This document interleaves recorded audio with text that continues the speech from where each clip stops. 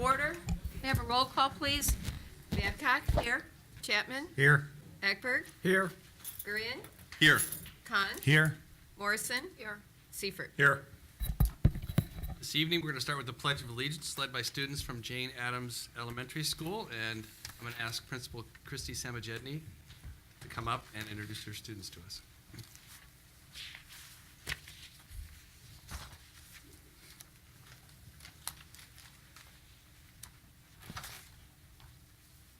Good evening, President Babcock, Dr. Thompson, Board of Ed members, and community members. It is a pleasure to introduce some members of our Student Council. We have Student Council in 3rd, 4th, 5th, and 6th grade. Two of our teachers, Ms. Van Wyck and Ms. Dime, are our Student Council chairs, and they work with students once a week on a lot of exciting projects. And the girls are going to share a few of the things that they have done last year and some of the things they have planned for this year. And then we will lead you in the Pledge of Allegiance. Hi, my name is Jessica Gomez. Please stand for the Pledge of Allegiance. We'll do it back. Get it out of the way. I pledge allegiance to the flag of the United States of America and to the republic for which it stands, one nation, under God, indivisible, with liberty and justice for all. Now for the exciting news about Student Council. My name is Anna Bernal Roma. We are part of Student Council and we have many things planned for this year. We are starting a food drive to collect canned goods to help the class and opportunity center. Students will get a ticket for every can they bring in. They then will place the ticket in the container to vote for the teacher who is going to apply the date. If we collect 1,000 cans, Ms. Samuel will get a pie of date. Take it for the team. Hi, my name is Brianna Squeo. We already had a fall pencil exam where students can purchase a pencil and have it delivered to their friend or themselves. Another thing we are doing is a candy cane gram in December and another pencil gram in February. All proceeds are going towards the library renovation. Hi, my name is Vivi Patel. We use Student Council to spread good deeds and give back to our school and community, being the leading bucket fillers in the school. We will be celebrating the 12 Days of Kindness the 2 weeks before winter break. These are just some of the activities we have planned. Thank you very much.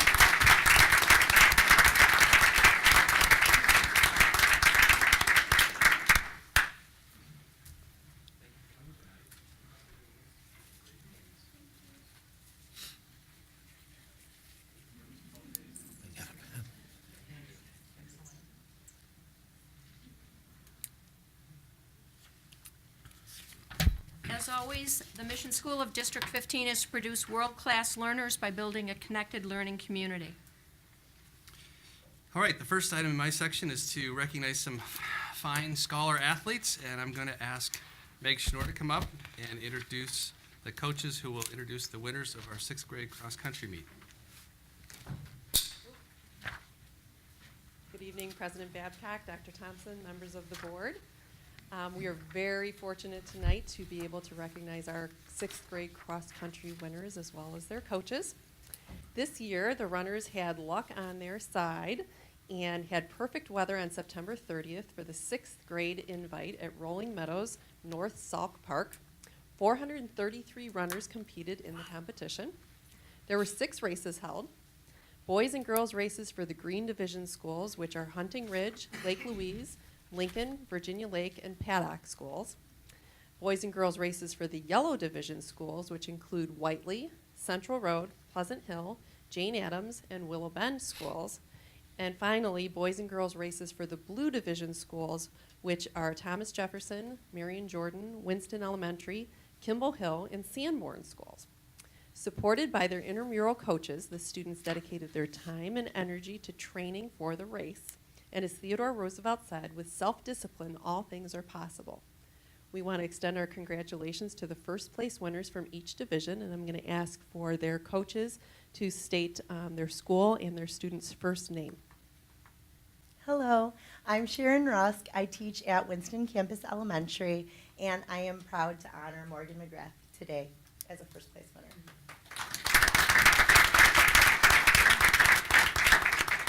Hello, my name is Mike Duffy, PE teacher at Miriam Jordan Elementary, and I'd like to recognize my Blue Division boys winner, Nikki S.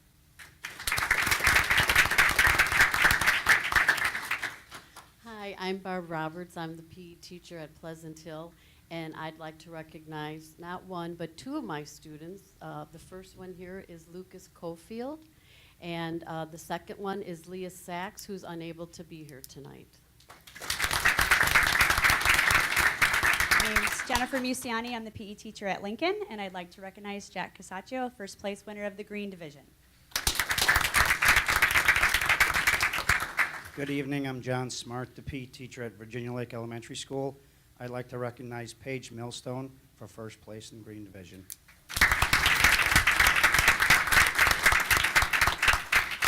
Okay, another round of applause for these wonderful athletes.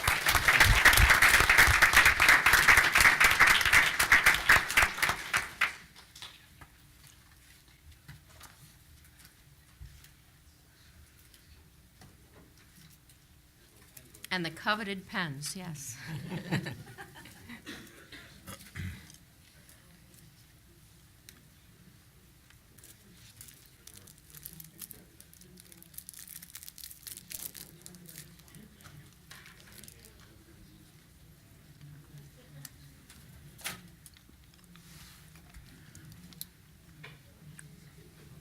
Next item in my section is a recognition of some of our excellent staff members that were recognized at the state level for being really outstanding performers in the field of education. For those recognitions, I'm going to ask Lisa Nuss to come up and make those presentations, please.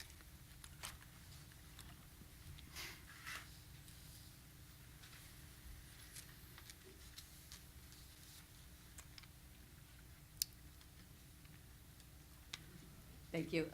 Thank you, Dr. Thompson, President Babcock, members of the board, and distinguished guests. It's really my pleasure to introduce to you the winners of the Those Who Excel Award. The Illinois State Board of Education recognizes individuals who've made a significant contribution to Illinois public education through their Those Who Excel program. And it's really my honor to bring those to you tonight from District 15. As you'll see when I call them up, there are people that serve in all different roles in our educational system, and you'll see that they're all at different points in their career and in their lives. But there's something that's common among all these people, and what's common is that they're reflective, and they are constantly looking at ways to improve the educational delivery that we bring to our students. And it's that growth mindset that's common among all these people, which really makes our system an exemplary school system that we have. And it's really my honor to call these people my colleagues. So I would like to call you up. I'm going to call them up, tell you their award that they received, and have their nominator come up with them to share a few words about them. So the first person I'd like to bring up is, these are a number of people, it's the Carl Sandburg Junior High PBIS Green Team.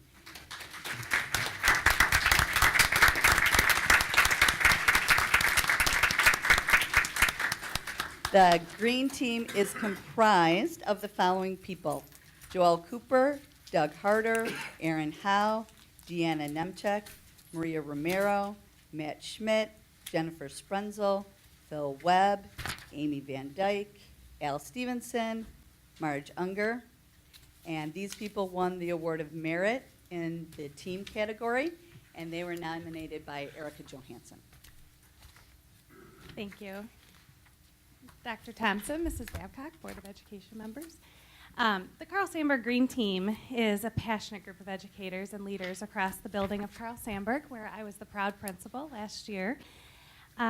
Their group members are innovative. They create ideas based on listening to students, and the excitement amongst the school is really attuned to the fact that they have such close relationships with their students at Carl Sandburg. Members of this team will coordinate the student leadership and service teams to provide an additional opportunity for students to participate in the coordination of all the PBIS events in our building. So these members are to be awarded just a great round of applause this evening. Thank you.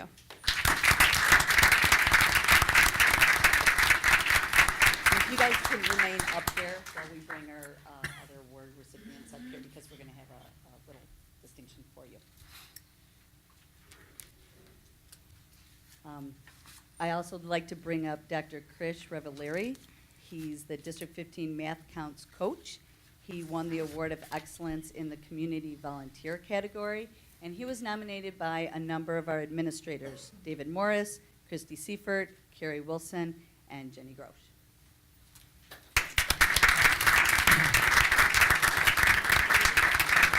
Yep, Carrie's going to say a few words.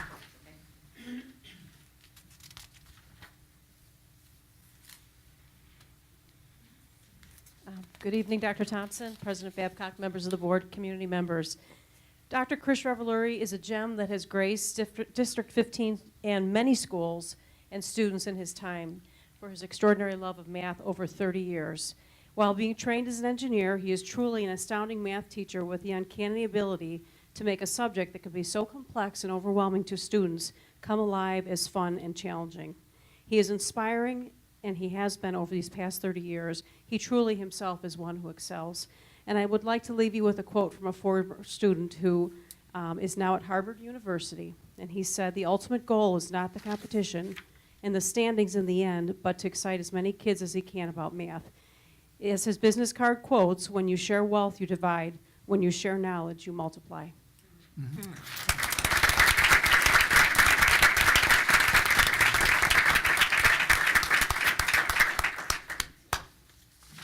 Next, I'd like to recognize Kathleen Becker.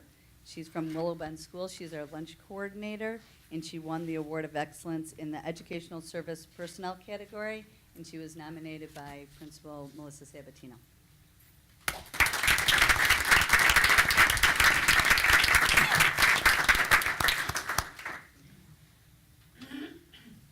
Good evening,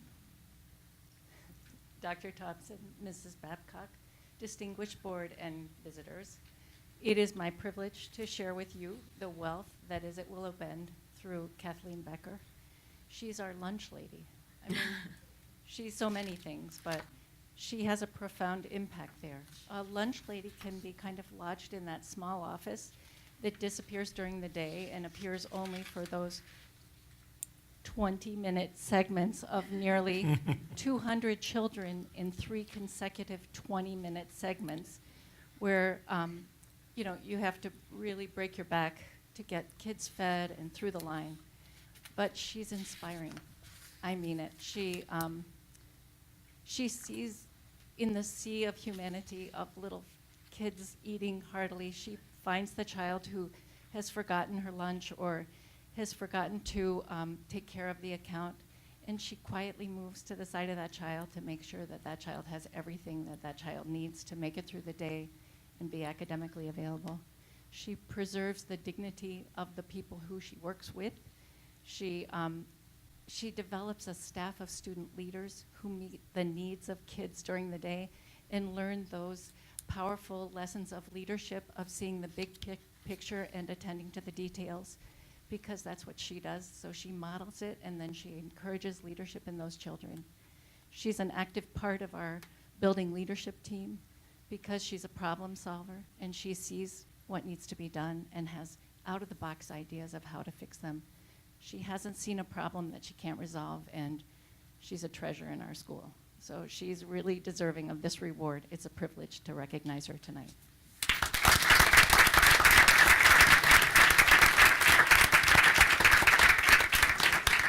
Next, I'd like to honor Christy Charles. She's a 3rd grade teacher at Hunting Ridge, and she won the Award of Merit in the Classroom Teacher category, and she was nominated by Christine Ortlin and Christy Seifert.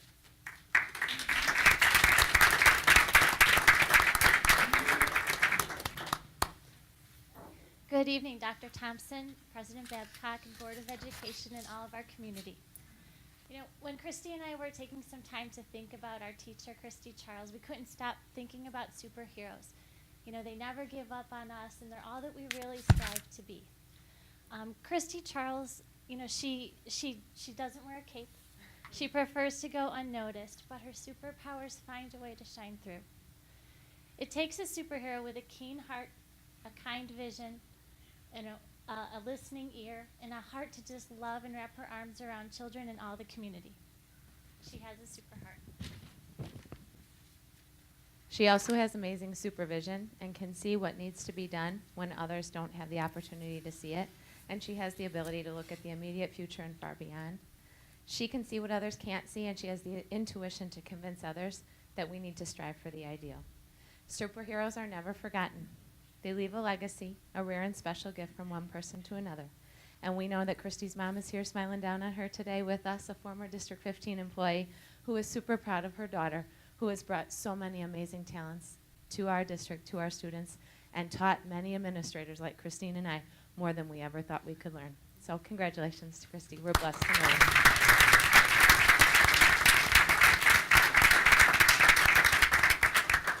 And last but surely not least is Dr. Christy Samajedny, who won the Award of Excellence in the School Administrator category, and she was nominated by Michelle Acosta, Kristen Jarris, and Mary Beth Kneppel.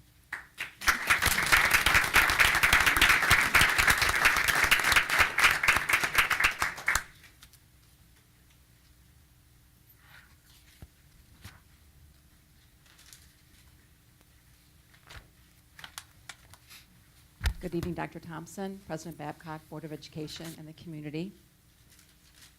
We are 3 administrators in the district who've all worked with Christy as assistant principals. I'm principal of Lincoln. My name is Mary Beth Kneppel. As a fellow administrator, I see Christy choosing to be a servant leader. She models the behaviors and attitudes we want to see in our colleagues, and Christy shares forward-thinking ideas and gives credit to others. Congratulations, Christy. And from a teacher's perspective, Christy ignites confidence within the teacher for them to try something new and have them be stronger instructionally. And my favorite quote that came from one of the teachers at Paddock is, she's got the brain of an administrator, but she has the heart of a teacher. She has the forethought to make their lives easier, and she's really looking out for what teachers need. And then, of course, from a parent and a student's point of view, Christy serves as a champion for students. And not only does she get to know their names, but she knows their story. And as working with such challenging and wonderful students, you need to know their story in order to help them make progress. So thank you to everyone, and thank you to Christy.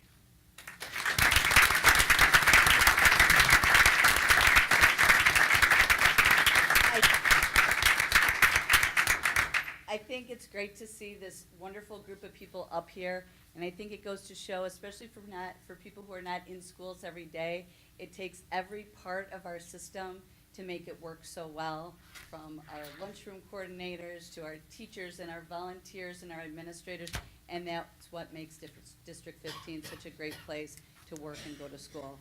And Dr. Thompson is going to give an award that very few of us get.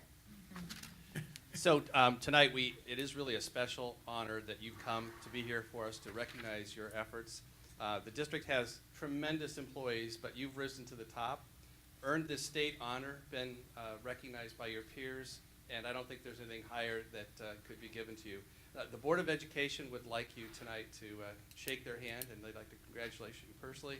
And I will, as you leave, I will give you an above and beyond pin that we've only given to a select few, so we'd like you to wear that proudly. But thanks for making us proud.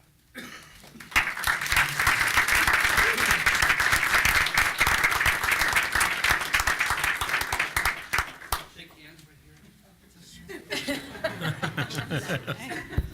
Congratulations. Congratulations. Thanks. Congratulations.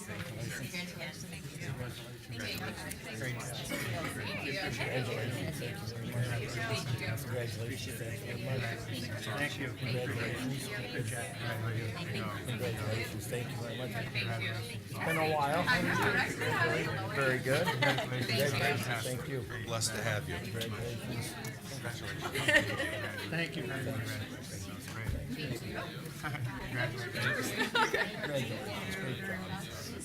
Take care. I'm so stressed. Thank you. Congratulations. How are you? I am too. Hyderabad. On his face. There you go. There you go. The gentleman.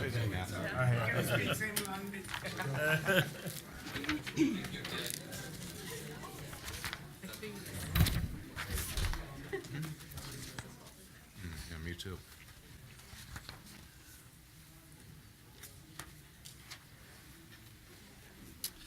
All right, the next thing in my section is going to be a presentation by our audit firm.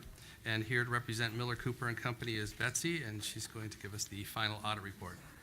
Mike, are you going to introduce her, or is that enough an introduction? I think you've done fine. Okay, okay. And board, we haven't skipped. We're just making a little change in the schedule.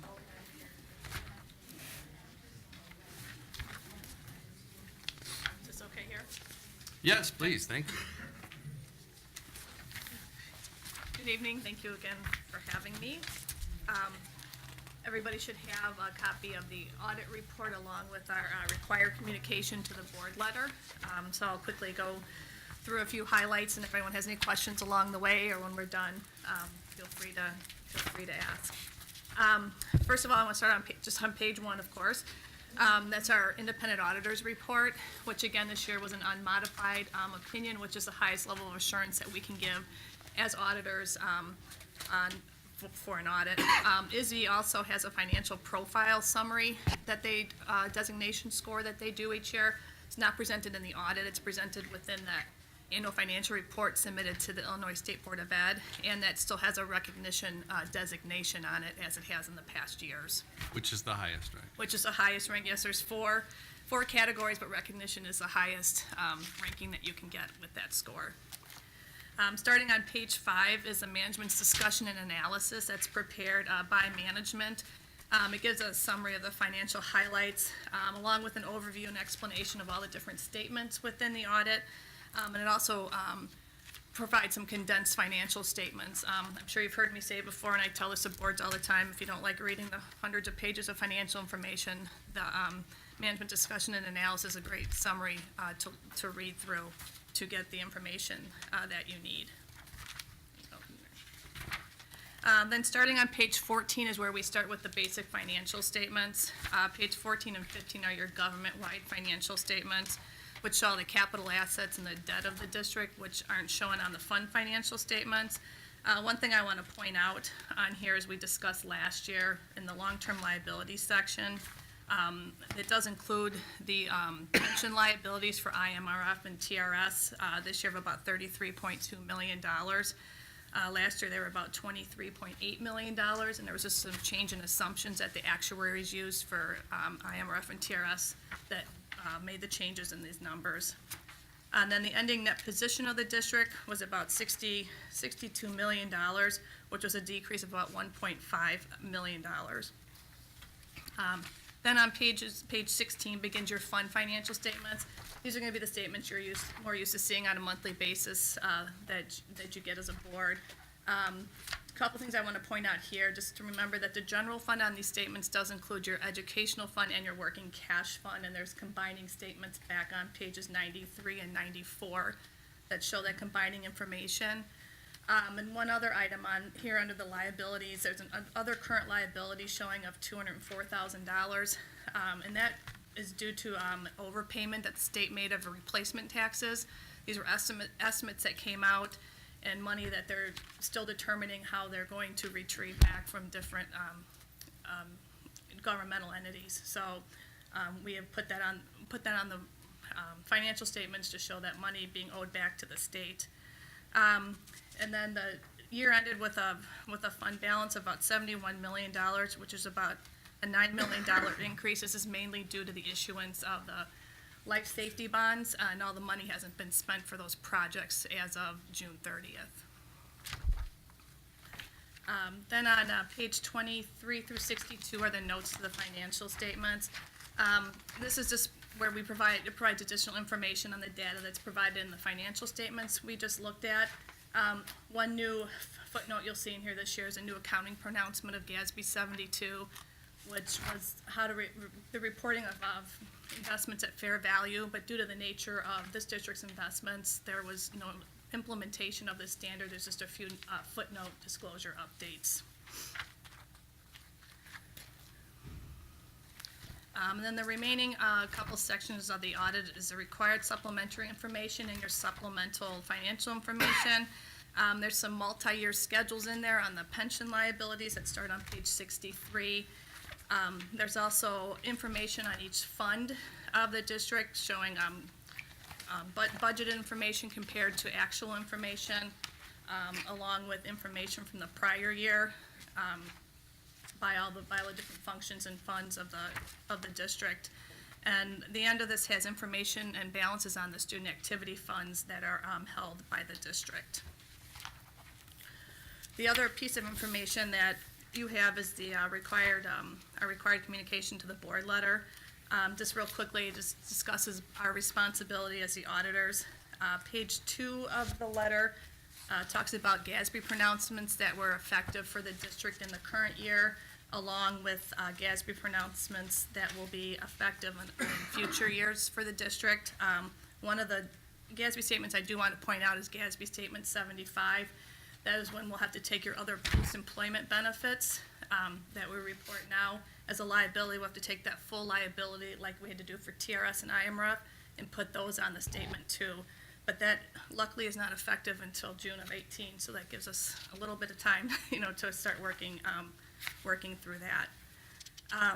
Page 5, I want to talks about we, had no difficulties completing the audit. Want to thank Mike and Corey and their entire business office staff for all their help during the audit. They do a great job, makes the audit run very smoothly. We had no corrected or uncorrected misstatements within the audit and no audit adjustments. And lastly, when we released the final audit on November 2nd, management did sign a management representation letter for the release of the documents. So, does anyone have any questions or? Just one. On page 4 of the last document that you were talking about, the title is the significant accounting policies, which will be applicable in future years. I think that's the one I'm looking for. No, significant accounting estimates, I'm sorry, on page 5. Is that then saying, if I'm reading it correctly then, that all of our, as far as our budgeting estimates, are accurate, they're not too high, they're not too low, we're being realistic with our Right, estimates? well, we're not really talking about your actual budget. Right. We're talking about significant accounting estimates in regards to, like your self-insurance. So your Right. self-insurance, we put a self-insurance liability in there, and that's all sort of an estimate based on lag reports and, other years of activity. The IMRF and TRS liabilities, pension liabilities that are in there are all based on significant assumptions by the actuaries. So really, we're talking about those specific estimates that are being used. Thank you.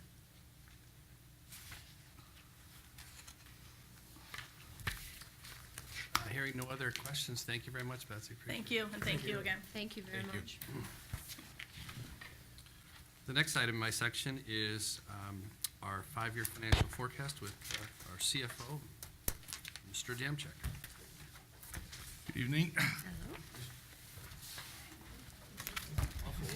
Good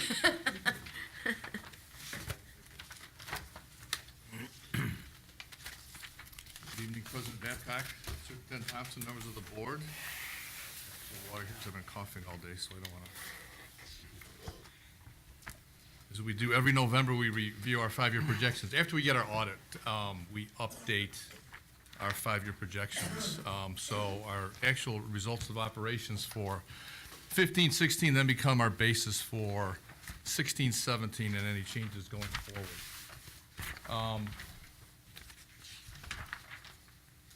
So we look at revenue first, and we always look at what our tax levy is going forward. We assume $10 million in new growth, beginning with the 2016 levy, which Corey Boltemeyer will be presenting later tonight. That's continuing through the 2020 levy. Average for the last 5 years has been about $8.83 million. So we feel pretty confident about that. CPI, which is inflation rate, we estimate for every year. And we know that for the 2016 levy, which Corey will be presenting later tonight, it's 0.7%. The CPI rate for the prior year was 0.8%. That's averaging, it's on a 10-year rolling average, anywhere from 1.86 to 3.05%. So it's been low. It really has over the last 5 or 6 years. I think, in fact, in 2010, it was 0.1%. And I think since 2010, we had 1 year, I think it was 3%. And 1 year it was 1.5%. But other than that, lately, since 2010, they've been under 1%. I'm assuming a 1.5% rate going forward in all future years. I used to assume a 2% rate. That's the rate that the Federal Reserve has set as the target inflation rate. We haven't hit that as we've seen. Through September of 16, CPI through 2016, or through September is 2.1%. Historically, that drops in the last 3 months of the year. So I'm pretty confident we won't hit 2.1% this year. So that's why I've revised the forecast on future tax levy, which is provides revenues to the district to 1.5%. Used to use 2, now it's 1.5%. And it's interesting because an additional 0.5 or 0.5% increase in the CPI provides for additional revenue of about $600,000, and that annually compounds. So if we look at year one, if we had 2%, we put 1.5%, that's a loss of $600,000. In year two, we lost, it's $600,000 from the year one, plus year two is another $600,000, so that's 1.2. Then the third year, it's 1.8. So over a 3-year period, 1.8 and 1.2 is $3 million plus another $600,000, it's about $3.6 million. $3.6 million. So we can see a little change, what a dramatic effect that has on our budget, just one little change going forward. General state aid, good news for us this year, paid out at 100% in 2016-17. First year since 2010-11 that the state has not prorated it or paid it at a lower percentage rate. When we say prorated it, it was prorated at about 92% in prior years. Our general state aid is made up of 2 portions. It's called our foundation allowance, our foundation allowance grant, and our DHS count, or low income or poverty grant. So there's two parts to that. And we can see our DHS count was 5,853 students in 2012 and dropped a little bit in 2013, dropped down to 5,444 in 2014, and 2015 it was 5,168. That's not unique to District 15. If we go on the ISB website and we look at those numbers, district-wide or statewide, it's dropped statewide. All the DHS counts have dropped statewide, so that's not unique to our district. I think it has something to do with how that population is actually counted by the Illinois State Board of Ed. So again, that's consistent with what we see statewide. And so 53% of our GSA is due to that count. So when we take those lower numbers, because the way that the poverty grant works, it's an average of the prior 3 years of the DHS count. So we take that, we extrapolate that out. That has the effect of reducing our GSA by approximately $700,000 per year by the 2018-19 school year. This year it's about $10 million. So when we look at in 2018-2019, it's down to about $9.3 million. Unknown, since all those DHS counts or poverty counts have decreased statewide, the foundation level for this year is $6,119. That's what it's been ever since about 2010. If the poverty count is going down for districts statewide, will ISB then look at that money and increase the foundation allowance so that more money comes back to us via the formula in future years? We don't know. We don't know if that's going to happen. I haven't assumed that's going to happen in the 5-year forecast. I've just assumed a flat $6,119 foundation level going forward. We've heard nothing from ISB on that. I know when the Illinois State Board of Education puts their budget requests in every year, they always ask for an increase in the foundation level, but we've not seen that happen easily since 2010. I know I'm looking at Dr. Chapman because he's up on that too, but it's been a while. Most other state categorical revenue sources remain constant. Transportation increased by $300,000 due to the ability to count ECDEC students. We used to count our ECDEC, our early childhood students, in our counts. And then about 2 years ago, they changed the way that was counted. We couldn't count those students unless they were on a regular ed bus route. And of course, we don't find that out until they change the formula, and we're already into the year. So it takes a whole year to work through that. So we've worked very closely. Mr. Bramley's done a great job reworking all of those transportation routes. So now all those ECDEC students are on regular transportation routes, so we can count those students once again. So that's an extra $300,000 in transportation revenue for us. Took us 2 years to work through the cycle, but it has gone up. And as Betsy had said, our CPP There was an overpayment by the state. She talked about one of the liabilities on one of the financial statements. So we've decreased our revenue by about $325,000 this year due to the overpayments they made in prior years. As Betsy said, we don't know how they're going to take that money back quite yet, but we do know that they've overpaid it, so we owe that money to them, so we've taken it out of this year's budget. So good thing is we got the extra additional $300,000 for this year, which will continue into the future. And then we have a one-time only decrease of $325,000 due to the overpayment of the commercial personal property replacement tax is what CPPRT stands for. 5% annual increase in health benefit costs. Our 6-year averages have been about 1.54%. I think we've done a great job on that due to our active union and management healthcare committee. We meet a couple times a year. We look at the plans that we offer the employees. We look at the level of benefits, co-pays. Can we make changes to the plan? So we've been very active in that. We've been able to keep that cost down to a minimum. Mike, quick question on that. Yes. That seems awfully low. I mean, compared to what you hear in the paper about all the healthcare increases. Is it just that much work between everybody that continues to drive that increase so low? I mean, you hear all different statements. I know where I work, they're talking about a 13% increase in benefits. And we've heard that, and I've heard for years that, medical inflation is 1% a month or 12%, and we've heard on the Obamacare, so we've heard that off the campaign, going up 60%, I think, in the state of Illinois, and over 100% in some states. When we look at our claims, on our self-funded claims, they've run pretty consistently. We did spike a little bit last year. We saw a little bit of an increase this year. That number was about 0.85 before last year to 1.54 this year.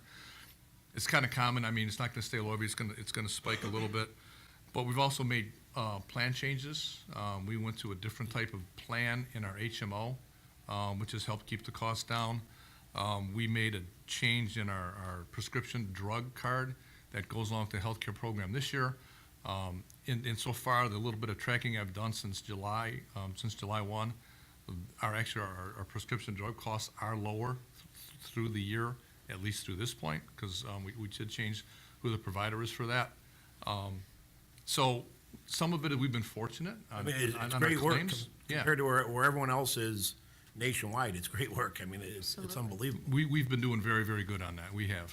And again, we continue to look at that, and we have a meeting next week, and we'll be looking at that again, and then we meet right after the fall, right after the first of the year. How often do you meet, Mike? We meet about 2 or 3 times a year with, and the CTC is on the committee with us as well. So we'll meet internally and look at how numbers are going, and then we meet with the CTC 2 or 3 times, but those don't start till January, February. We need 6 months of data really to see what's going on. So with our year starting July 1, we've got July, August, September. October data isn't here yet, so as we sit here today, we've only got about 3 months of data. But it's still a very reactive committee. It's been working very well. And since we have the CPI increase at 1.5%, I've put the annual increase in supplies, materials, and purchase services at 1.5% also. 0.7% for 17-18, because that's going to be, we know our CPI for the 2016 levy is 0.7%, which is the 17-18 school year. So I've got a 0.7% increase in supplies that year, and then 1.5% in all succeeding years after that to agree back to what we have as far as our CPI increase in our tax levy. We assume 1% salary increase for all employees once their negotiated agreements expire. CTC contract expires in 2026. Average increase of less than 1% per year for the life of the contract. That assumes all step and lane increases and mandatory retirements. So in 2016, our CTC salaries for about 880 employees was $66.9 million,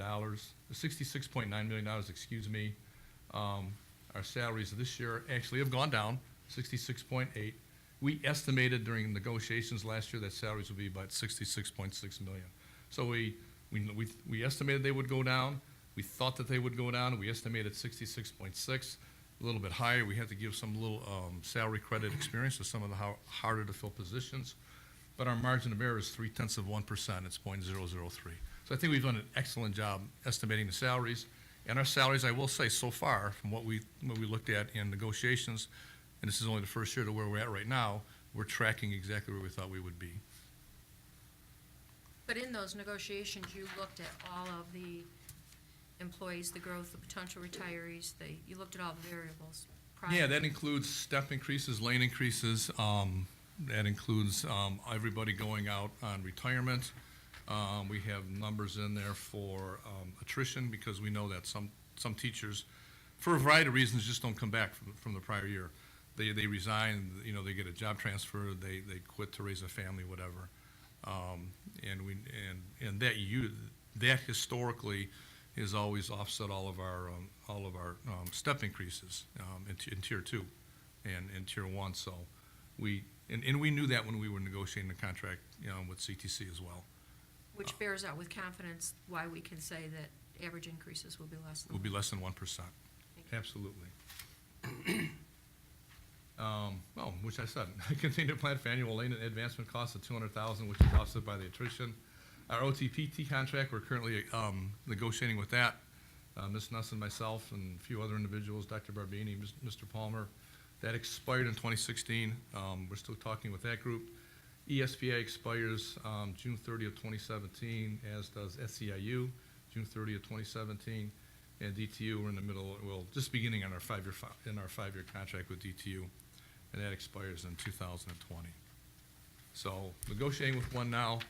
2 more we'll be negotiating with by the end of the school year. And the board's got this in the board packet in front of you. We look at all of our revenues by fund, our expenditures by fund. Mike, can I Yes. go back to one there? If you go back to the revenue, on the transportation fund, a year and a half ago, we had talked about losing money from the state.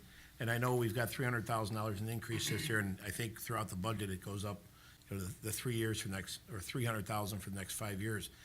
Is that expected year in and year out, even with the rerouting with ECDEC and all that? It will continue the $300,000? The increase of $300,000 in revenue? Well, we're going to go from actual audit of 8.8, 8.4 in 15-16, then we go to 8.8 in 16-17, up to 9.2 in 17-18. The reason it goes up every year, so that full effect we see by 17-18, it goes up in 18-19 through 2021. It's about Because $1.5 million. we will reimburse the percentage of our regular and our special ed costs. So as salaries go up, as benefits go up, the more we end up spending, the more our reimbursement goes up. It's higher. We were low at 8.4 in 15-16 because our diesel costs had gone down so much in the prior year that we saw our revenue go down. So 13-14 cost is revenue for 14-15. So there's always a year delay on that. Okay. So as we see that trend going up in transportation, that's the full effect of the ECDEC students on the regular routes, and also just the inflationary increases that we have for salaries and benefits and every other.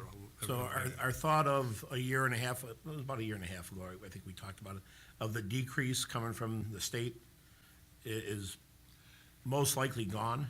Well, that could happen. So the line item statewide for transportation reimbursement stayed the same about the last 2 or 3 years at about $205 million. That stayed the same. So the interesting thing about that is that stays the same, and costs statewide go up because we don't know what Valley View's doing. We don't know what Oswego 308's doing. If their costs go up, and their costs go up more than ours do, as a percentage basis, our revenue will go down because they get more. They get more of that pie that hasn't increased in about 4 or 5 years. Okay. Now, we haven't heard anything at this point, what the plan is for state aid, in successive years. And if, I think really that was Governor Quinn's proposal was to take that whole line item out of the $205 million for transportation. We haven't seen that the last 2 years. So as I look at it going forward, hopefully, I'm hopeful and confident that it'll stay there. But then again, with the state budget situation being as it is, we don't know what that's going to be in the future. I mean, we've heard that the state could be $16 billion in debt by next year, which is the 17-18 school year. So we'll have to see what happens. We have That's a good question. forecast based upon assumptions, and this assumption is a good one. Yes. Good. And then we look at the expenditures by fund. You can see the Health Life Safety Fund, where we're spending down We had 7.4 million we spent in 15-16, 14.5 and 16-17, and then we'll finish spending that in 17-18. So that's spending out the projects that we've done for the life safety bonds in summer 2016 and summer 2017. And then our ending fund balance, so if we look at our beginning fund balance in 15-16, about $56.9 million, almost $56,899,000. That's the end. That's where our fund balance would be ending 14-15 school year. We take all of those, assumptions that we have in there, and realizing also that the board allocated $1.5 million for a new math adoption, $1.5 million for a new science adoption, which we're spending through 17-18. A large commitment to doing our one-on-one initiative for our laptop computers, for our Chromebooks. That's all part of our budget. So there's a lot of one-time only expenditures in there as well. And we will look at all of that. We see our fund balance going down slightly, $56.9 million at the end of 14-15 to $55.5 million at the end of 2021. But we're still in a strong financial position at that, because we're still at 35% of expenditures. We look at those numbers, we look at those percentages, so we're still 34-35%. Again, there's a lot of estimates that go into that. There's a lot that can change. We look at that every fall, we look at that in the spring, and then we revise it, and as things change, we'll revise our operations plan accordingly. Any questions? Yes. Thank you. Thank you.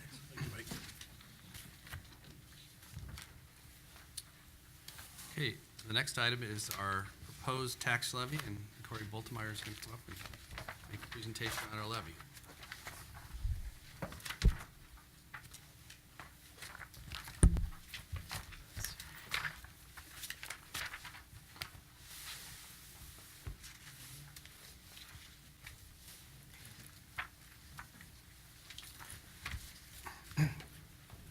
Good evening, President Babcock, Dr. Thompson, and members of the board. We have a presentation on the 2016 tax levy tonight. As I'm going through this, if anyone has a question, feel free to jump in and ask us. We don't really need to wait until the end to ask questions. We'll go over a couple of things. We'll cover some background related to the levy, do a review of the calendar, some key dates that we're going to be facing in the next couple of months, a calculation of the extension for this year, the value of new growth and the limiting rate, and then the proposed amounts for 2016. A little bit of background. At District 15, about 77% of the district's revenue is from local property taxes. You know, as you hear Mike and I or Dr. Thompson talking about the levy or, you know, any of our financial projections, there's really two key phrases to kind of distinguish related to this. The tax extension is the total amount of property tax billings that are extended to the community, whereas the property tax levy is an amount that's usually a little bit larger, that's filed with the county. That said, the calculation of the levy is subject to PTEL, which has been around since the early 90s. You'll commonly hear us refer to that as the tax cap law.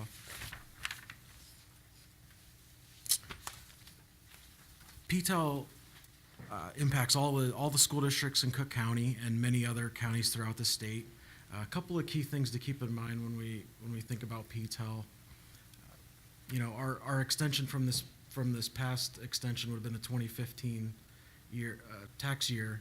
You know, we could only increase that by the prior year CPI plus any new property growth or new construction within a community. So we're limited in that aspect. Another point related to that is, you know, whatever the CPI is, if we don't capture all of that CPI in any one given year, it's kind of a use it or lose it. We don't really have the chance to go back and recapture that. If we were to say, hey, we don't want all of 0.7%, you know, if we decided we didn't want that, you would lose that. You would never be able to go back and get it. So that's a key point to remember. Additionally, each year's tax levy or extension sets the, excuse me, the amount by which taxes may be levied in follow years. The debt service tax levy is determined at the time the bonds are sold. A document is submitted to the Cook County clerk. And so when we get to the last couple of slides, what you'll see is the calculations that we've worked on really apply to all the operating funds. And then the debt service levy is separate, and Cook County they'll figure out exactly how much is needed based upon the bonds that have been sold and mature each year. For District 15 to be able to collect any property taxes, the district must file a resolution with Cook County stating the amount by fund that the district needs. Something else to consider, to abate a portion of the district's debt service fund levy, the board would need to pass and file a resolution with Cook County by the end of February each year. Also, an abatement of the debt levy may create a cash flow shortage for the December interest payment in future years, necessitating a transfer from the ed fund. I'll explain that a little bit more. As we pay our principal and interest payments each year, they're due June 1st and December 1st. Interest is due in June. Interest plus principal is due in December. And so the idea is that each tax year you've collected all of your debt service amounts to pay that December 1st principal. And in this case, if our debt service fund, because of an abatement, were to not have enough money to make that December payment, there's a couple of options that districts can do to remedy that. One of the most common and generally the easiest is just to transfer money straight from your ed fund to your debt service to help make that payment.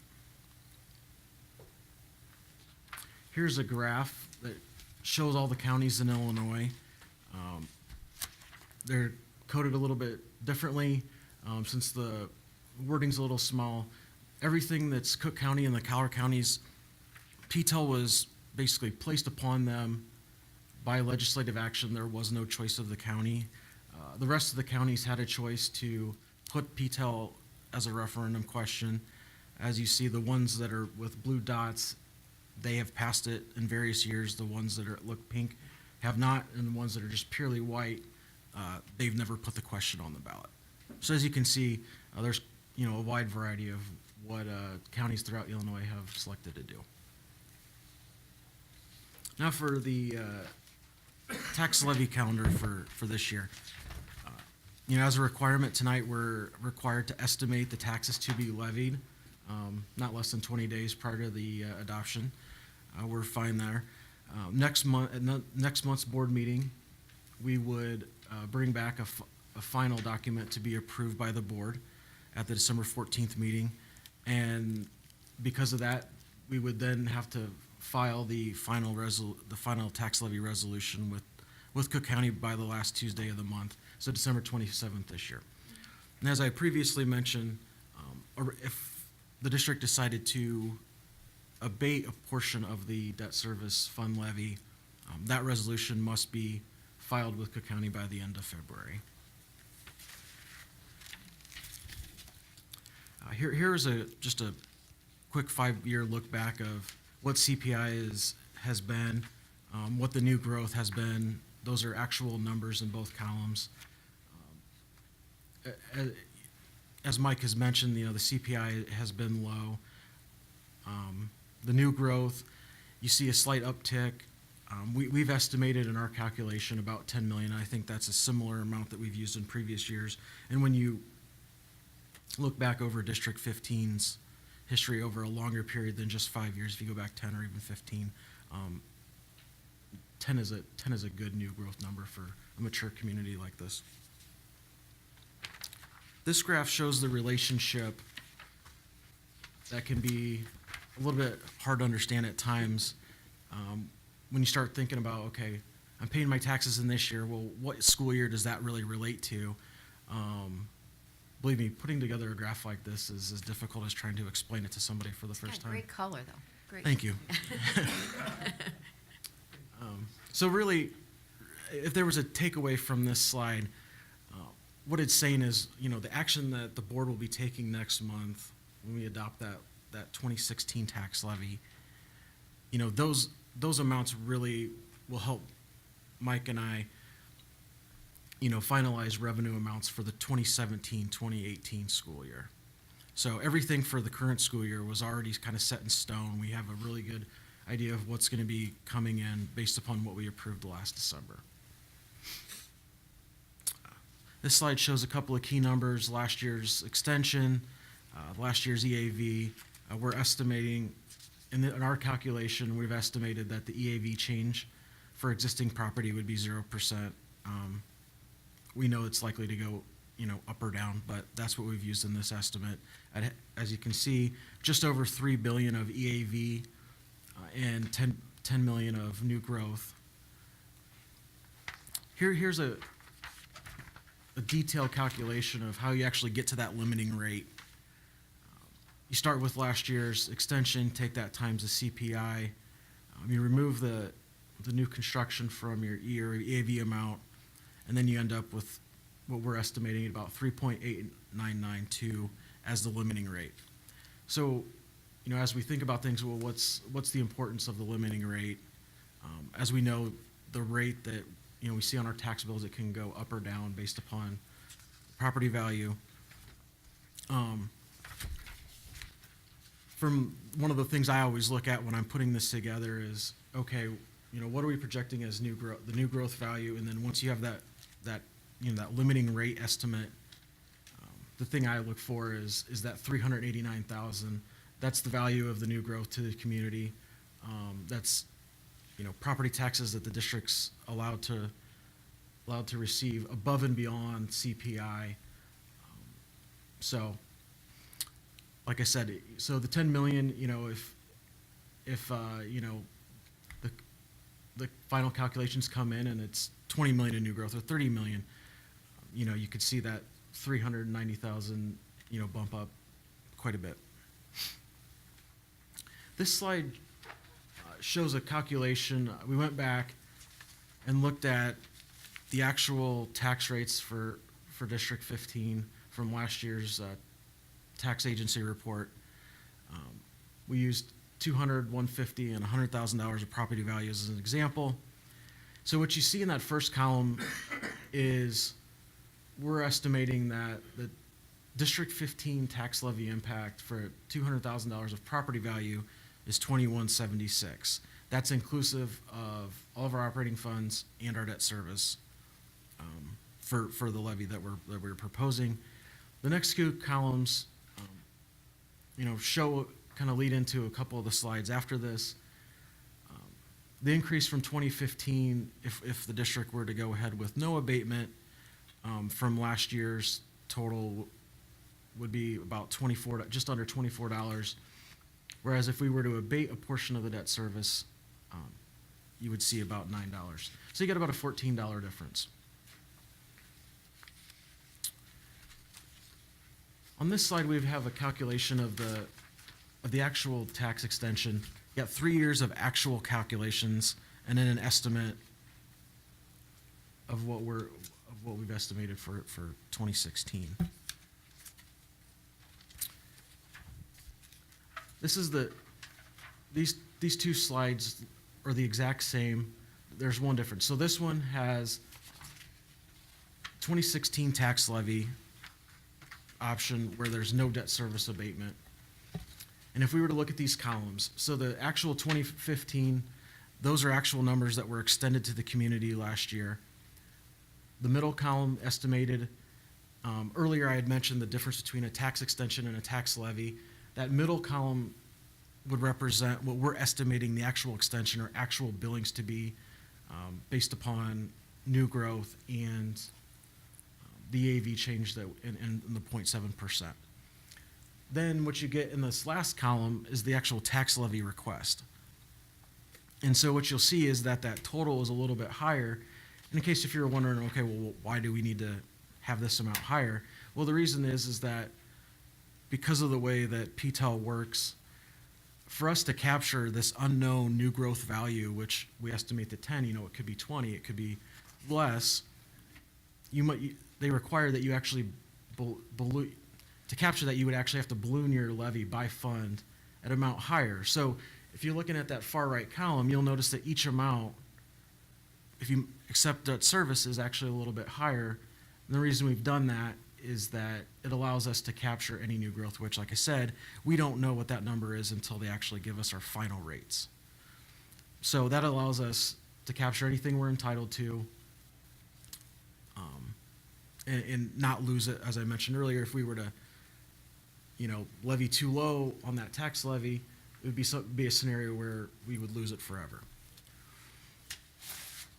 This next option, like I said, the only difference between these two slides, if you look at the bottom of the page, the debt service row, this is what it would look like as an option with the tax levy if we were to abate a portion of the debt service fund. Now, the difference in those two amounts is roughly $825,000, which when we did the calculation, the $825,000 is equal to 0.7% increase that related to CPI. So, as far as, why would we do that if we were to, want to abate a portion of it? Because of yet another quirk in the PTEL law, if we were to not capture the 0.7 CPI that we're entitled to in the ed fund down through the Social Security fund, on the top part, like I said, we would lose it forever. However, if we were wanting to abate the value of that CPI, which we've calculated at $825,000, if we do it through the debt service fund, we don't lose that 0.7 in all future tax years. So it's just the 1 year. Right. So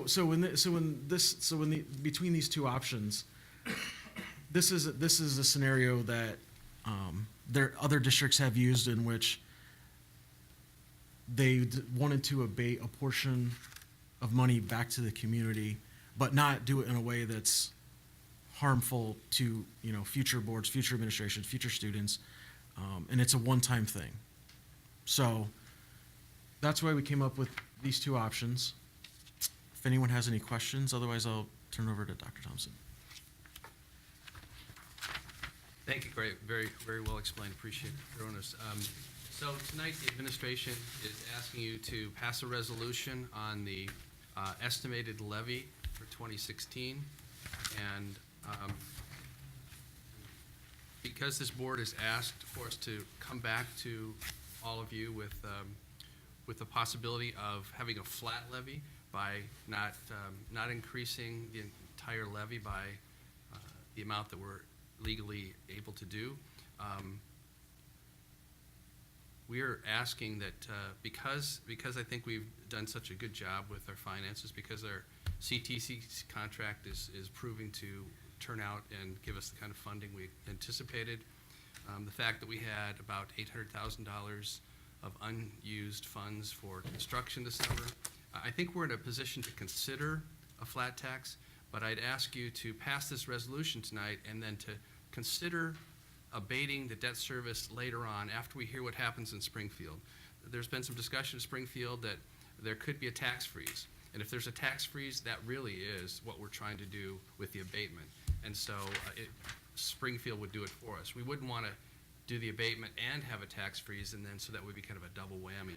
But I know this board is interested in considering a flat levy going forward, but I'd ask you to wait until January. We have more information. We'll consider all the factors. As Corey mentioned tonight, we have done some calculations to make sure that when those December principal and interest payments to our bonds are due, that we will have enough money in our accounts. And if not, we'll let you know that there might be a possibility of needing to transfer some funds down the road if we are low in the debt service fund. So that's where we stand, and so I'm asking you to pass the resolution tonight, and we'll talk about the flat levy portion in January. Just a question, Scott, on that. On the last page that you have up there, does that reflect the flat tax after an abatement? I'm trying to see if that's right. So this what numbers? So it's the second to the last row. The debt service payment, you'll see it's 4.6 there. In the previous slide, it was 5.5, and so that's where the debt service levy portion would have been reduced because we'd make that payment ourselves and the clerk wouldn't issue the levy for that.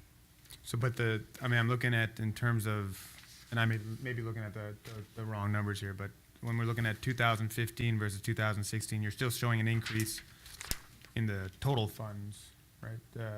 From 122.9 to 123.8. Is that still going to happen? We're just saying that it's just the debt service that's flat? So we would still capture the new growth, which is at 10 million, which Corey said is about $390,000. But that instead of increasing our levy by 0.7%, we reduce our debt service by 0.7% and in the same amount of money. And so it would be a flat levy amount from 15 to 16. Okay. And then, did you say that that proposal then doesn't need to actually be done until the end of February, is that? Or is Right, that- yeah, that's the statutory timeline. We have to have a resolution passed and filed with the county clerk by the end of February. So we have several months to do that, and we can wait for Springfield to see what they do with their master grant plan, what they're gonna do with funding, if they're gonna change the funding formula, if they're gonna freeze property taxes, those kinds of things. So for the abatement option, if I'm understanding it correctly, the possible consequences are we would need to transfer funds and the taxpayers would get approximately $14 back on a $200,000 home. Are there any other consequences besides those? We'd have less In the, money in the fund, right, right. okay. But it's one time. Does it have Just any, one fund. okay. I mean, it's a But if- one-time, Yeah, we're trying to keep our budgets balanced. And as you can see, Mike, with this 5-year forecast, we have pretty good balancing of budgets. Mike, jump I in. just want to we may have to transfer money to cover the debt payment. We don't know. It all depends when Cook County sends out the bills, and it all depends on how the tax receipts come in. So there's a possibility we'd have that, but we want to But be. her question is What are are there the any other other possible negative? possibilities? Negative? No, there really isn't. I mean, it's a one-time only, and it would only affect the debt fund. So basically, really what we're doing is instead of levying or extending, pay the debt payment, the district would pay out of existing funds is what it is. So it's a one-time only. So to answer your question, no, the answer really is no. There's no other negatives to it.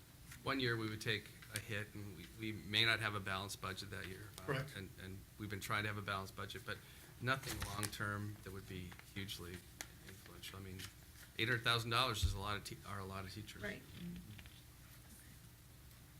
But something we could look at on an Yeah, annual and basis. we'll continue to look at it. We'll come back with some other information for you to consider, and then we'll see what happens with Springfield. And there's a resolution later in the board meeting where the board estimates the taxes. That resolution does not bind the board to anything tonight. It's just an estimate of what the board has reviewed tonight. So all the other documents come to the board in December, and then the abatement resolution would be in February. Just to clarify what's going to happen later on. Thank you. Thanks, gentlemen. All right, the last item in my section is just a quick recap of some things that have occurred. Yesterday was the election, and a number of things occurred throughout the nation, but here in the district, the voters voted about our referendum question, and they gave us a resounding no that they weren't willing to support that. I want to thank the board members for being bold and trying to move the district forward and putting that question on the ballot. But, I think I need to do a better job explaining to the community why these schools are needed and what the long-term benefits are for the community for many of the parts of the plan. We were able to glean a lot of input from community members at some of these informational meetings, and we've collected that, and we will use that going forward. Some of the things we heard strongly were that there's a large group of people that would like to keep Sanborn School open. There was certainly some residents that expressed a desire to keep Osage Park a park. There were other residents that felt like real estate taxes were already high enough and that they didn't know they could support an additional amount. There was a theme from some of the members of the community that seemed to indicate that they were concerned about the potential school demographics in Northeast Palatine at that new school. And there were other people who thought that there should be significant community input prior to any future proposal. And so we've learned all those things from going through these sessions, and I think we'll be able to use those going forward. I'm going to be working on what my recommendation to the board would be as far as next steps are concerned. We're kind of regrouping, gathering all this information, and trying to determine how to move forward. But I still strongly believe that we need to have full-day kindergarten if our district is going to continue to be one of the best districts in the state. I think we're not serving our children by giving them 2.5 hours of kindergarten every day. I think middle schools are a positive change. I think this community school concept is greatly needed for a large segment of our students, and I think it could make huge impacts on them now and in the future. So I'll bring back some ideas to the board for gaining community input and for any development of future recommendations. I'll bring that back at a later board meeting. Also tonight, you'll be asked to pass a resolution for reduction in force for some of our bus aides. Just a little bit of background information on this. We regularly reduce in force part-time teachers, program assistants at the end of every year. All the board members have taken that action at the end of last school year. We do that because we don't know how many hours they're going to have in the following year, and this is just a way for us to notify them, to follow the law, and to protect the district from having to pay extra money if they're not needed. Passing the resolution tonight allows the district to kind of follow the legal procedure that we should have followed with our transportation aides. This year, Tom Bramley's worked hard to reduce the transportation costs. One of his efforts, as Mike referenced earlier, was getting those early childhood kids onto our regular ed buses, so we gained $300,000 worth of state reimbursement this year because of that. He's also tried to combine routes and make sure that we're only having routes as long as necessary. There's also been, I think, a reduction of special needs students who have had to have one-on-one aides, and so this all has led to reduced hours for 12 of our bus aides. This reduction occurred just before school started and caused them to fall below the minimum hourly requirement for health care benefits. Because we didn't take the proper steps, because I wasn't really on top of this well enough, we missed notifying them, and so now we're kind of trying to play catch up. We've been working with the union to try to resolve this issue, and tonight there's a resolution to RIF these workers and follow the law, but we've also got a letter of agreement that states that because we didn't follow the law, we're trying to get there now, but we want to offer these workers who in some cases they're falling short 15 minutes a day from getting the minimum number of hours, that we want them to have health care benefits for the rest of the school year, and we'll work with the union to try to resolve this issue in the next few months. So that's what the RIF resolution is, and you know, our bus drivers and our aides are important team members. If they don't do their job, if they don't get the kids safely to school every day, if they don't greet the kids with a smile, it's going to make it much more difficult for those people in the schools to be effective. And so they're important members of our team, and we want to value them. As I told them, on the other hand, we have to be responsible for the tax dollars that the citizens are giving to us, and so we have to try to use them as wisely as we can. So we're trying to find a compromise here. And do we have legal counsel involved? Yes, Mike Louise has been involved, and he's been working closely with helping us to resolve this. Tonight, I also wanted to recognize that we have some board members that have been awarded some significant awards. The Illinois Association of School Boards presents awards to members who engage in professional development. Master Board Member Awards are presented to members who engage in at least 200 credits, equal to very numerous hours. Tonight, I am pleased to announce that Dr. Chapman was recently recognized as a Master Board Member for his investment in time in earning at least 200 credits. And Mrs. Babcock was recognized for ongoing development activities by maintaining her Master Board status. So we have 2 Master Board members here. And not to be outdone, Dr. Eckberg was recognized with the highest award, being named as a Leadership Fellow for completing at least 7 core hours and 5 elective workshops. And so these three board members have devoted a great amount of time in order to grow as governing board members so that they can lead this district in a very positive way. So congratulations to you three. Thank you.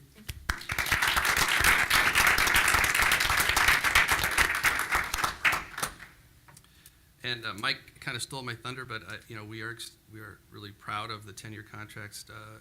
The salary amounts for this year have gone down, very close to what we predicted, and we're confident that those will continue for the next 9 years as well. And so I think it puts the district in a very strong financial position.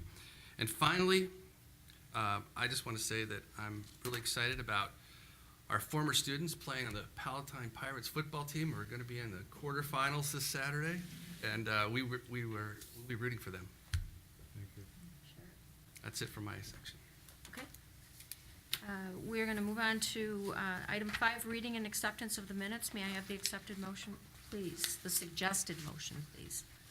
I make a motion to approve the minutes from the following board meetings of the Board of Education. October 12th, 2016, regular Board of Education meeting as presented. Second. Discussion? Roll call. Babcock? Aye. Chapman? Aye. Egbert? Aye. Gurian? Aye. Hahn? Aye. Morrison? Aye. Seifert? Aye. Motion carries. Before we move on to the next discussion item, if there's anyone wishing to address the board, please fill the green sheet out, and if you'll get those to our board secretary, that'll be coming up shortly in the agenda. We're going to move on to board's discussion and reports, and Ed Red, Dr. Chapman. First of all, our last Ed Red meeting was canceled. There was some kind of celebration going on in the city. It's 108 years in the making. Yeah, exactly, so, somehow. But, that said, on a more serious note, given the results of the election, the party that is in power with a supermajority at the state level has two opportunities to affect us pretty significantly at the state without much input from the governor. And that would be at the veto session, which will be later this month, or the lame duck session, which will occur in January. And I appreciate the superintendent's comments along with Mike's, because we don't know what impact that would have relative to state funding. There's some speculation that we may be back offering to pay additional funds to the state in terms of an increased property tax, or income tax. But again, that depends on whether or not the legislators have to do that. But we should know at least some significant more information when we come into our January meeting, when we consider the what we want to do relative to our final levy. Okay. Any questions? Okay, moving on to the 1-5 Foundation. The foundation has their volleyball tournament this Saturday at Winston Campus Junior High, starting at 9 a.m. There's 2 or 3 different levels of play in it, a serious level, a recreational level, and there's some different grants being given out to different schools that participate within this volleyball tournament. We're asking all students to come out and support their home school. So looking forward to a good day on Saturday. Thank you. The consensus of the IASB resolution and recommendations. Zubair is our representative and is going to be voting for us. Yes, and there's 6 separate resolutions for the upcoming conference, and I think that from what looks like the consensus is that we're going to go adopt the IASB's recommendation for 5 of them, and not adopt for number 2 on your. It's all available in your packet. Number 2, we're going against their recommendation. That is specifically about student readiness, about whether there should be the resolution deals with changing the standards by which we grade student readiness, to make it not simply a reflection of scores on standardized tests. That's something that I certainly go along with Scott and others who have voted to adopt that resolution, the IASB's recommendations not to adopt. So that's how we're looking to, and I'll be presenting our votes at the convention. If there's any questions any of the members have, you can contact me directly about which way we want to go. Any other suggestions, Pat? moving on to the 2018-19 school calendar. We have before you the proposed draft of the 2018-19 calendar. It's aligned with District 211. We start just a couple days after the kids at 211. And what I'd like to recommend is that we will put this on our website for people to view and comment on, and I can bring back comments, and then board members would approve and adopt this calendar at the December board meeting. Any comments? This month I've added on the agenda a president's report. As all the board members are aware that I've been making school visits, I have all but 3 left to do. And usually when we make board decisions, it's at the information based and provided by the superintendent with the looking at logic, impact, and making a recommendation. We ask questions and then we make our decisions. With these visits, I've been able to have the opportunity to see some of those decisions in action, and I thought it would be worthwhile to report back to you on some of those things that I have seen. One of the things most impressive, or very impressive, was the Chromebooks. To see every grade level embrace this initiative is exciting, as well as teachers creating new ways to enhance learning. And one of the examples that I got is when we were in the classroom, I said to the teacher, you know, how is it going with the Chromebooks? And she called upon her students to ask that question.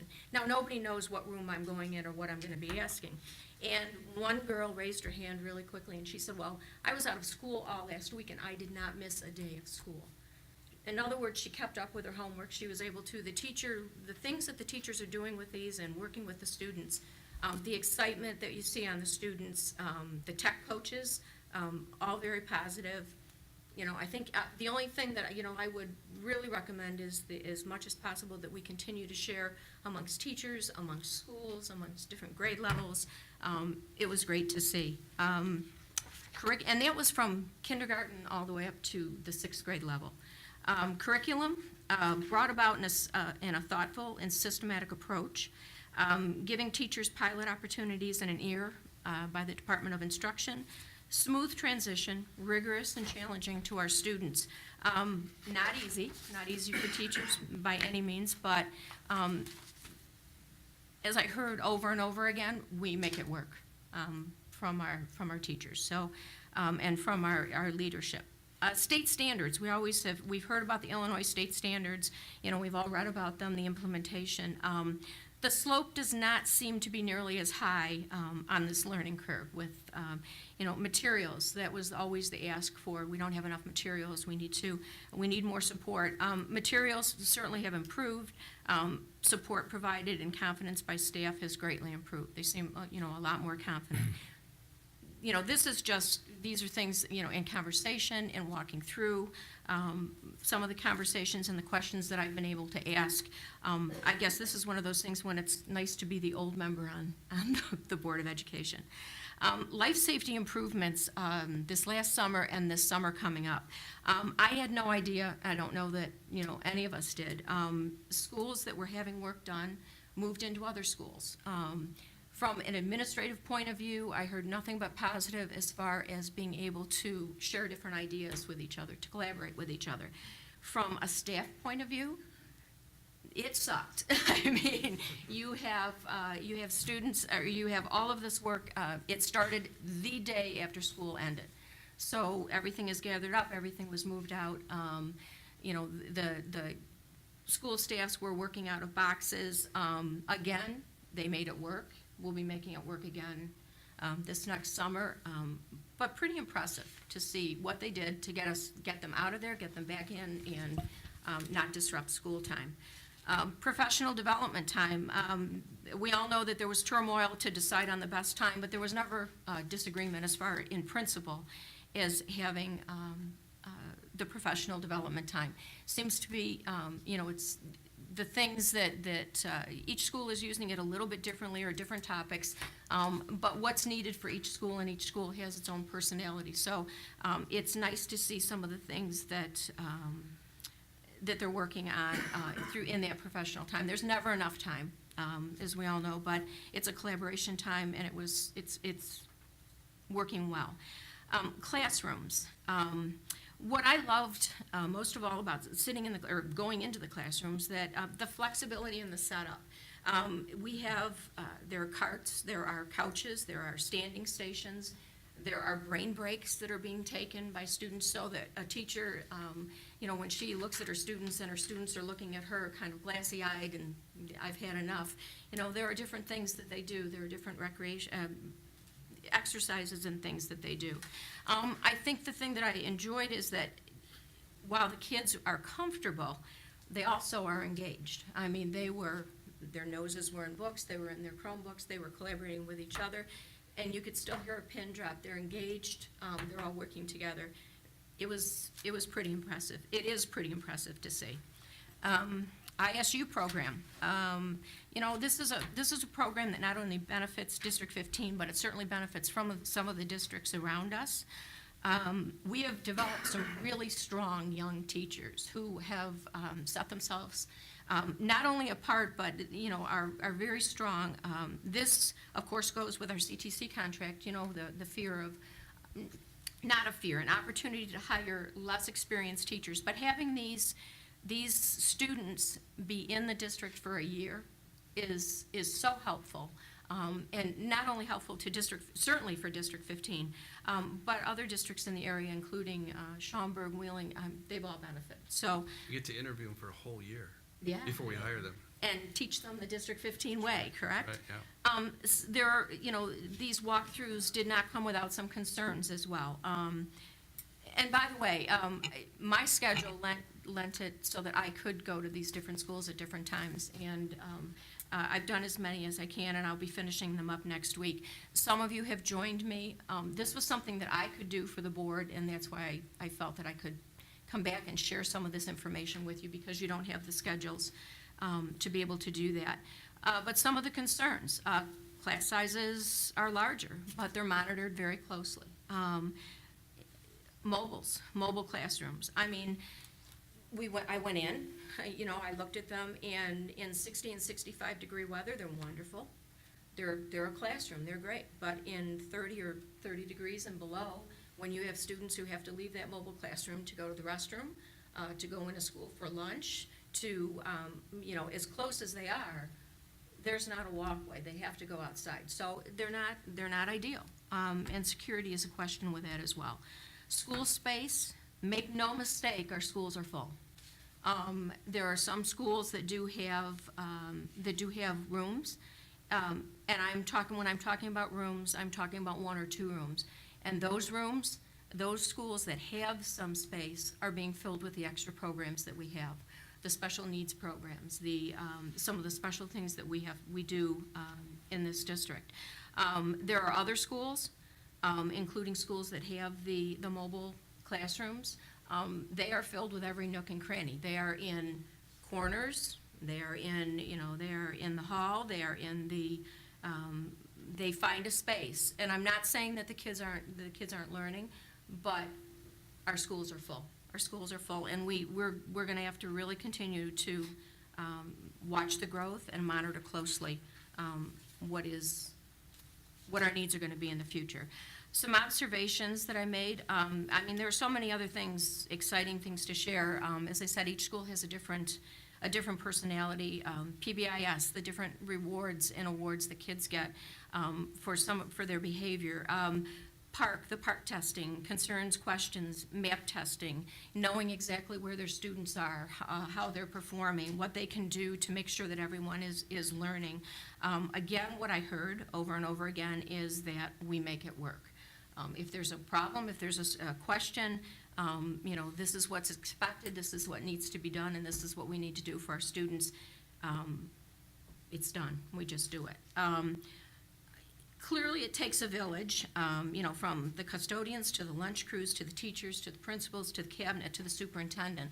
One of the questions that I always ask is response time on all those levels. So, if you have something that's going on in the school, can you get to whoever you need to get to? And is the response time good? And is the, rated on a scale of, I understand if you have something small or a piece of something falling off, but if you have, water coming in, is that responded to right away? And it certainly is, and there seems to be good communication. I'm not naive enough to believe that every day's the same, and we certainly don't have cookie-cutter kids. And I'm sure there are some days that you think you made a difference, and there are probably other days that you think you don't.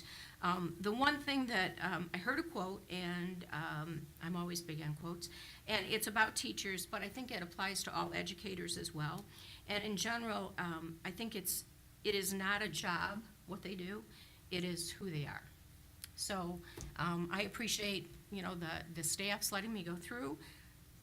I hope the observations help. If you have any questions, you can certainly ask me, and Zubair is going to be joining me. I will share one other story with you. Mr. Seifert and I joined me at Jane Addams, and Mrs. Samajadni, we walked into a class, and she was giving out some of the PBIS awards, and we walked in, and all of a sudden there was a little chuckle over in the corner, and Mrs. Samo, yes? Mrs. Samuel, did you bring your mother and father with you today? Now, I'm blaming Dave for the gray hair. He's blaming me, but yes, out of the mouths of babes, you never know what is going to be said. So thank you. Guilty. Thank you all for that opportunity, and we'll finish up next week with all 20 of them. Okay? That is it from me, and we are going to move on to citizens addressing the board. Please remember that this is not a dialogue between you and the board. If you have a specific issue which requires a response, Superintendent Thompson will get back to you. Please state your name and identify any group that you represent, and please limit your remarks to no more than 5 minutes. Since we only have one, there won't be someone previously articulating, so we'll forget that. And please avoid comments specific to any person, student, staff member, respecting their right to privacy. This is not the forum to comment on personnel issues. And our Len Green.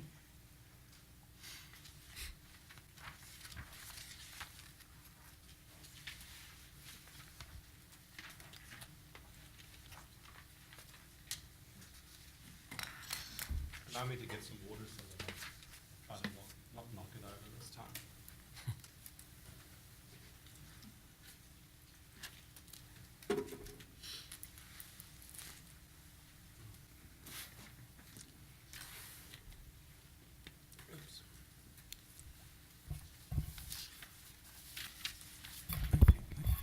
Good evening, everyone. Len Green's my name, Palatine resident at 1670 Edgewater Lane. The topic tonight is simply, if I can draw your attention to page 23 of your packet, which is the part of the 5-year forecast, if you want to follow that. It's the page that summarizes the net change in fund balance and the beginning and ending fund balances on that. A couple of weeks back, I contacted Dr. Thompson in connection with the September 2016 Connections newsletter, and I'll just briefly, if I can, read that out to you. There was a section in there that said, headline, "Give me 5," and then the sub-headline read, "District 15's latest financial forecast basically projects balanced budgets for the foreseeable future." The article then went on to state as follows: District 15's current financial forecast, and current financial forecast, as I understood later on, was the one that was done approximately in June this year. Their forecast indicates that, excluding expenses on life safety projects, its revenues are projected to exceed its expenditures in each of the next 5 years. These small budget surpluses, which are projected to top out at about 1.3 million in 2021, are expected to preserve healthy fund balances in the range of 35% of the district's operating expenses, or roughly 56 million over the course of the next 5 years. In an email dialogue with Dr. Thompson, he indicated that forecast on which that statement was based in September was being updated, and I believe it's the one that's referenced and included in the packet for this board meeting. And so moving to page 23, the document, I'd like to understand, just as a taxpayer, and having read the presentation slides in the document prepared by Mike Adamczyk, help me understand and help other taxpayers understand the difference between the September statement, which says we're going to project balances that top out at about 1.3 million And obviously, this excludes life safety projects as indicated at that stage. And help me understand that with the numbers that appear on page 23, and I'll read them as follows. The net change in the coming fiscal years be a negative 5 million. The following year, almost negative 7 million. Then just under a negative million the following year, about 150,000 negative in year 4, and a surplus of 645,000 in year 5. That cumulative deficit is approximately 12.5 million. If I try and interpret what the September 15 newsletter said, that we're going to have small surpluses each year, topping out at about 1.3 million, it looks like there's about a $16.5 million reduction from the September statement to the November forecast as presented. And that's obviously quite a significant one. It's not clear from the documentation what that points to. Part of it, I suspect, is that the 5-year forecast includes life safety expenditures, but I don't see a clear, depiction or highlighting of what those life safety expenditures are. What I do see is that the change in the forecast from the September statement of basically projecting balanced budgets for the foreseeable future transforms in the 5-year forecast to a turnaround of $6 million negative next year, $7 million negative the following year, $2 million negative the third year. So that's where that 16.5 million swing in a negative thing comes down. So my question really is, can you explain that better for us to understand how from a September statement of things look healthy to something here that's a $16.5 million worse thing? And what's also not clear in the forecast is how have you handled life safety study expenditures other than the bonds that have already been issued, which I think were originally around about 27 million, and I suspect, but I'm not sure, might be included in the first 2 years. So I would like to see something put out there as an addendum to the board document, which kind of reconciles those statements and explains some clarity about the life safety study, including specifically what I would call is assumptions, how the where the Category A funding has been factored into the 5-year forecast, and where any Category B spending has been forecast in the next 5 years. Thank you.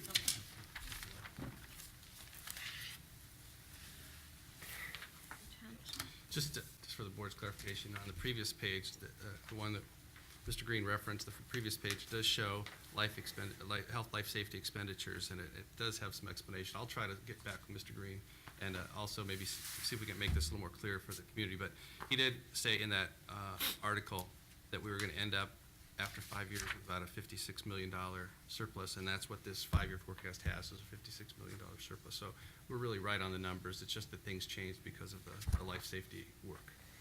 Thank you. Thank you. Thank you. Okay, we're going to move on to action items, please. Item 161120, the personnel report. May I have the suggested motion, please? I make a motion to approve the November 9th, 2016 personnel report as revised, including the following recommendations. Recommendation for 7 days unpaid suspension and last chance agreement for David Alsina. Recommendation for 2 days unpaid suspension for Anthony Barry. Recommended for 1 day unpaid suspension, Maria Di Natale. Recommendation for 3 days unpaid suspension and last chance agreement for Jeff Schneider. Second. Discussion? Roll call. Chapman? Aye. Egbert? Aye. Kurian? Aye. Khan? Aye. Morrison? Aye. Seifert? Aye. Babcock? Aye. Motion carries. Item number 161121, resolution reduction in hours of education and support personnel employees. May I have the suggested motion, please? I make a motion to approve the reduction in hours of educational support personnel employees as follows. Sheila Dodson, Teresa Hudak, Marlene Magassi, Sherry Montemayor, William Fee, Gina Pistone, Katie Pope, Joan Powell, Chavis Singleton, Tara Scornia Marcus, Maria Valdivia Ramirez, Rick Winkowski, Mary Wolf. Second. Discussion. I think we got that explanation. May I have a roll call, please? Eckberg, Aye. Gurian, Aye. Hahn, Aye. Morrison, Aye. Seifert, Aye. Babcock, Aye. Chapman. Aye. Motion carries. Moving on to item 161122, acceptance of the fiscal year 2016 annual audit. May I have the suggested motion, please? I make a motion for acceptance of the fiscal year 2016 annual audit as presented. Second. Discussion? Roll call. Gurian, Aye. Hahn, Aye. Morrison, Aye. Seifert, Aye. Babcock, Aye. Chapman, Aye. Eckberg. Aye. Motion carries. Item 161123, resolution estimating the aggregate levy for the year 2016. May I have the suggested motion, please? I make a motion to approve the resolution estimating the aggregate levy for the year of 2016 as presented. Second. Discussion? So, Mike, in December, you'll bring us back accurate or actual numbers? Was that, Yeah, it's a two-step process, so the amounts that we're estimating, which Corey has shared just tonight, we'll actually see those same numbers in some of these documents in December. in December? Okay. So, again, this doesn't bind the board, it's But then, okay. it's a procedural step that our attorneys requested the board pass every year. Very good. Any other discussion? Roll call. Hahn, Aye. Morrison, Aye. Seifert, Aye. Babcock, Aye. Chapman, Aye. Eckberg, Aye. Gurian. Aye. Motion carries. Item 161124, workers' compensation insurance contract renewal. May I have the suggested motion, please? I make a motion to approve the Illinois County's Risk Management Trust Workers' Compensation Renewal Proposal for the period of 12/1/16 through 12/1/17 in the amount of $160,000, $160,705 as recommended. Second. Discussion? Roll call. Morrison, Aye. Seifert, Aye. Babcock, Aye. Chapman, Aye. Eckberg, Aye. Gurian, Aye. Hahn. Aye. Motion carries. 161130, the consent calendar. Does anyone wish to remove an item from the consent calendar? Okay, may I have the suggested motion then? I make a motion to approve the consent calendar as presented. Second. Roll call. Seifert, Aye. Babcock, Aye. Chapman, Aye. Eckberg, Aye. Gurian, Aye. Hahn, Aye. Morrison. Aye. Motion carries. Correspondence.